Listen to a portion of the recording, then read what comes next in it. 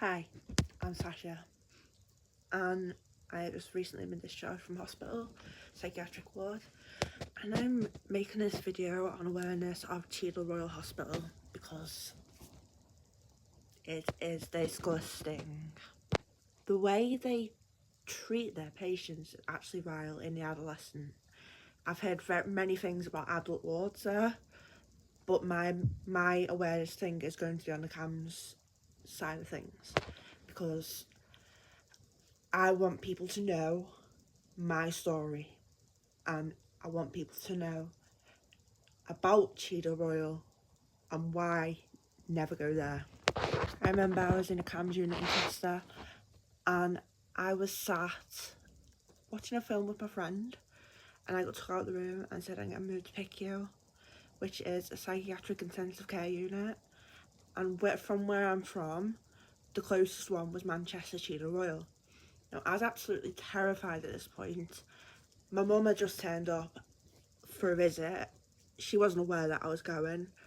My nan and granddad were there as well, and they got told that I'm moving, and they didn't give a reason why or anything like that. So I was literally dragged off my mum and forced in a van and restrained the whole way there from Chester to Manchester. And I remember I was so upset. Like, I was genuinely so upset because, like, I made good friends there in the unit that I was in Chester, and I didn't want to be away from people I didn't know because I've got autism and ADHD, and the fact of they took me there without me even finding out really upset me, and it made me very, very unwell, like to the point where like I was literally trying to hurt myself all the time, all the way there. I had attempted to jump out the window of the moving vehicle. Obviously it didn't happen because I was restrained quite quick. And I remember I was sitting there and the staff member next to me fell asleep. So that's the reason why I tried to jump out the window. It's because I thought, well, he's asleep, so I'm going to get away from this situation because it's not a nice situation to be in. Just a quick one. I know I'm interrupting this video. I don't even know where I was up to. I'm the last one to watch it. But I've got my notes from Cheadle Royal.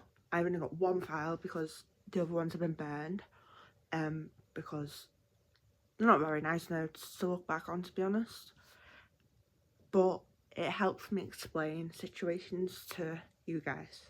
Okay, so I was up to when I tried to jump out the window and escape basically from going into the situation that I did not want to be in. I knew straight away that it wasn't going to be a good place. Like, I had a sixth sense, like, if that makes sense. But overall, it was a new place. I have autism. I don't do well in new places, don't do well with new people. I don't have a social life when I was younger. Like, I didn't have friends, that many friends, like, enough friends to socialise and stuff. So I was quite terrified in this situation, and I should never have been put in that situation at age 14. Like, I'm sorry, but you don't put a child in a place like that for age 14. There's no way. So I remember pulling up to Cheadle Royal, and the ward I was going on was Meadows PICU, psychiatric intensive care unit. As I got restrained through the doors with no shoes on. Okay, so it's literally been over a week since I've even bothered coming back to this topic because it just burns me out because it's so stressful.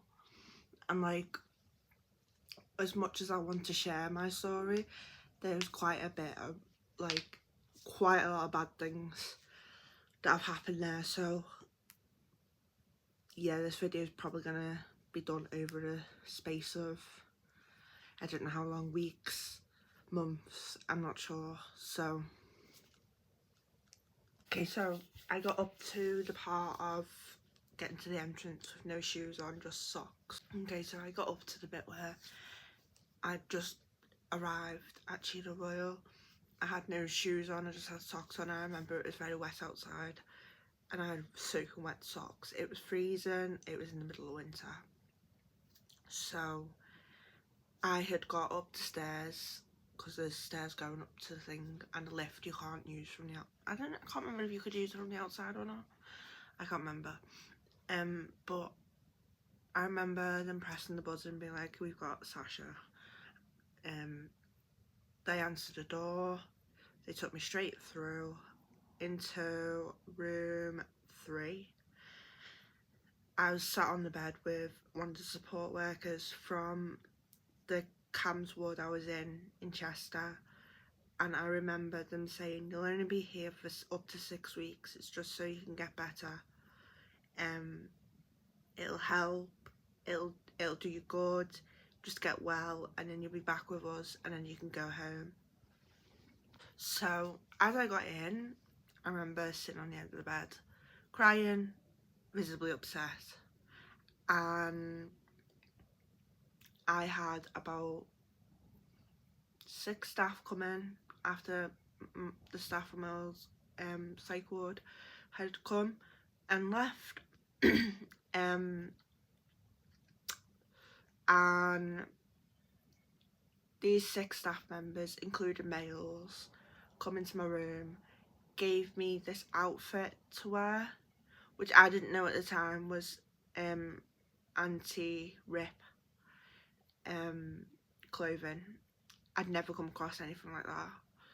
I didn't know what the hell it was. I didn't know why they brought it in.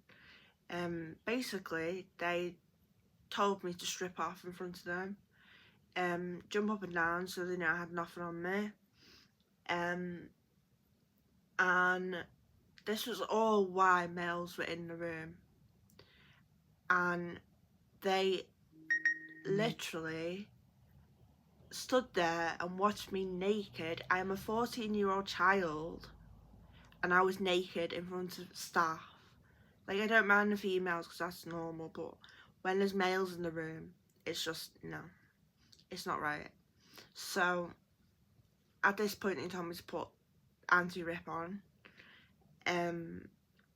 I'd put it on. They told me to like jump up and down and make sure I had nothing on me. And then they gave me, after they went through my clothing, they gave me my clothes back and told me to put them back on. Okay, so I have got notes from the day that I was admitted, and they do not mention the fact that they strip searched me and done it in front of males. So basically it says, presented herself as a young Caucasian female dressed in leggings and t-shirt. She was sitting on the edge of the bed in her room looking at the floor. Her long hair was covering most of her face. She had been in restraint moments earlier on entering the ward. She made no eye contact and it was difficult to establish any kind of rapport. She did not speak at all during my questioning. She refused a physical examination. Her mood appeared low and withdrawn, unable to assess any psychotic things, but she was not responding to any unseen stimuli, unable to access ideas of self-harm and suicidal ideations. I was on 5-minute checks, empty bedrooms during initial assessment, bedroom locked 9 AM till 9 PM. Yeah. So I have not been on this topic for such a long time. I can say different hair colour. Excuse me, sorry. I was supposed to post this video today. If I post it today, I don't know. We will find out. But my Cheadle Royal notes have gone in the, not in the bin, they've been burned because triggering and stuff. So I'll go with things off the top of my head. So after I had been strip searched and I had a little bit of an assessment sort of thing. They said my room would be locked 9 till 9. I didn't like the idea of that. I got quite upset with that, so I refused to come out my room. I would not come out my room. The other patients had made me feel quite at home, to be honest. Elliot especially, because she was very, very lovely and very, very welcoming. The girls on the ward made things a lot easier. Well, some of them anyway, not all of them, but so with things in regards to how I was treated and stuff within this space of time, I'd say within about a month of being there, something happened quite serious, which I will go into topic about, but obviously there's going to be a trigger warning beforehand, so I'm going to say trigger warning now, because mention of sexual assault and rape. So yeah, so in the coming months of October 25th, a couple of weeks I think it was that I was there for beforehand, I'd been getting sexually harassed by a staff member. Called me baby girl, called me sexy, called me like inappropriate things, and touching himself inappropriately and stuff like that. So it wasn't really something that I could speak positively about, because it's really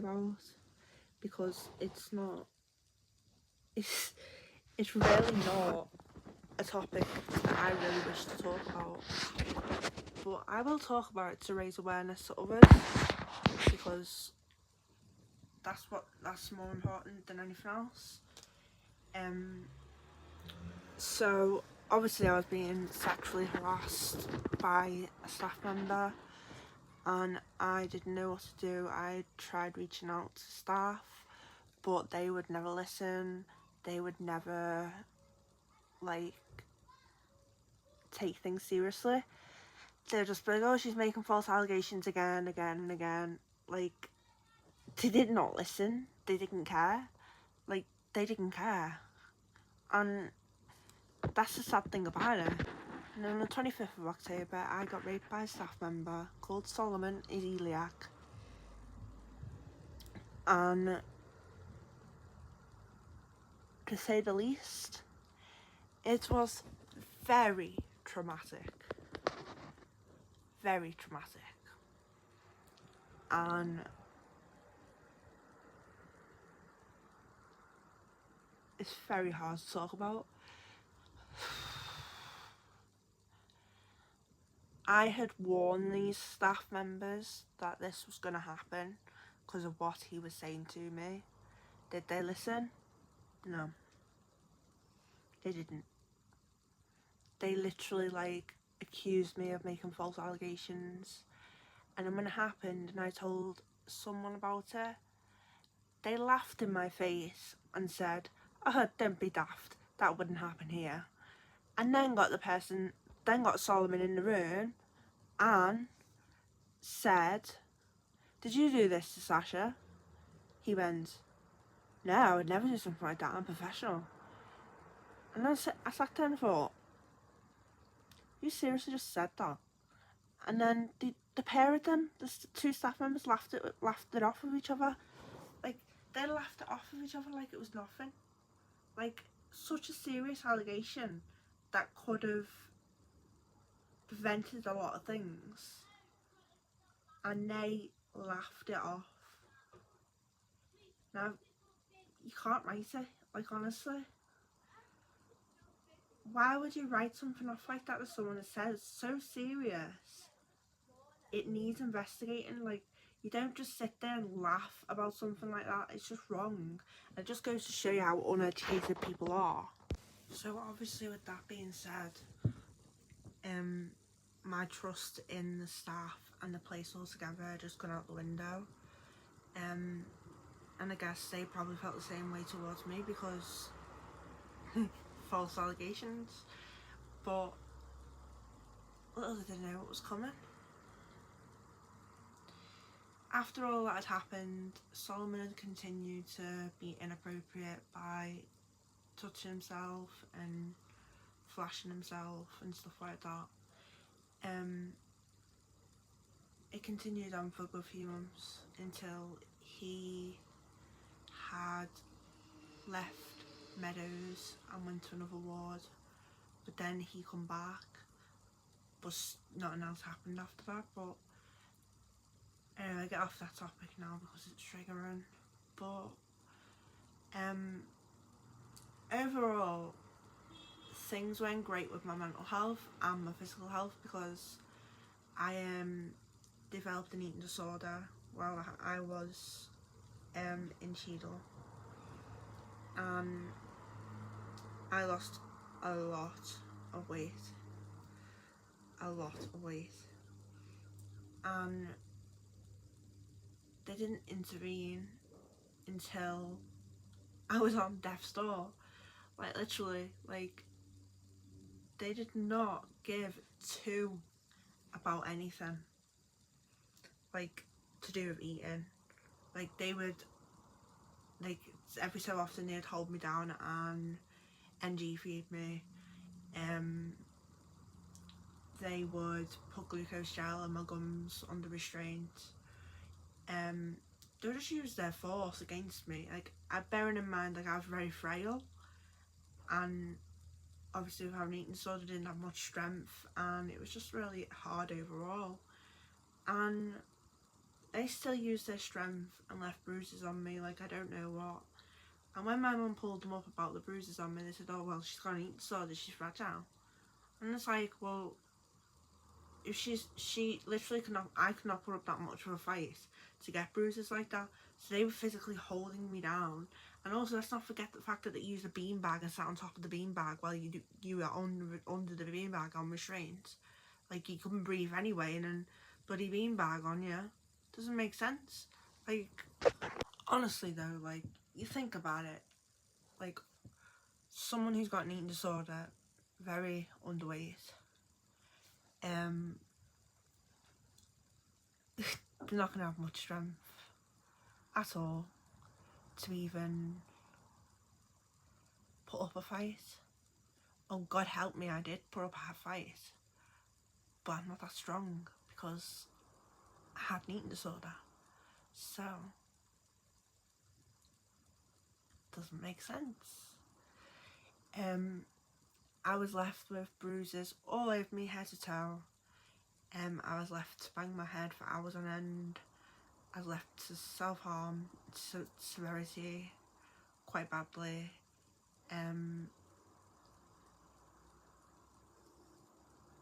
I was given things to self-harm with. I was told how to self-harm. I was told where to self-harm.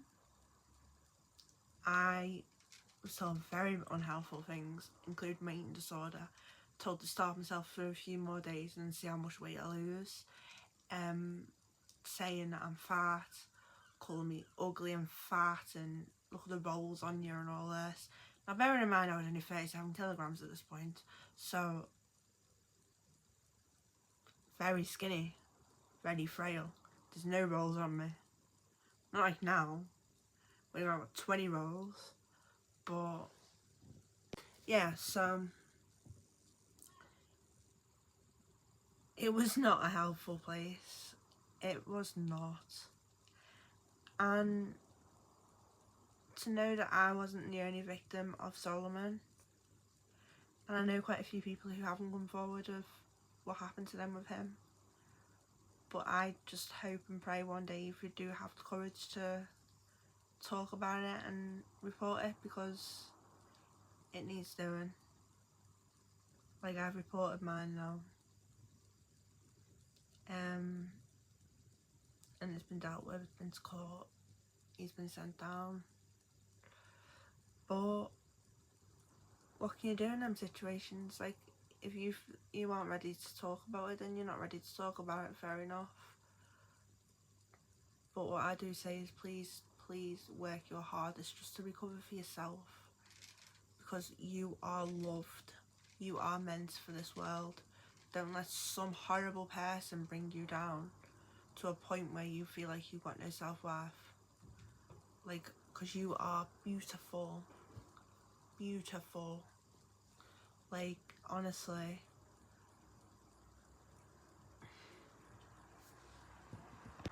You are amazing. Like, amazing. There's not really much more to talk about from Cheadle, to be honest, in sense of anything else, because I think I pretty much covered all the topics that I wanted to cover, and the main one being the rape, because it wasn't publicised, and that was due to me obviously not wanting to publicise, I think that's the word. But yeah, it's just,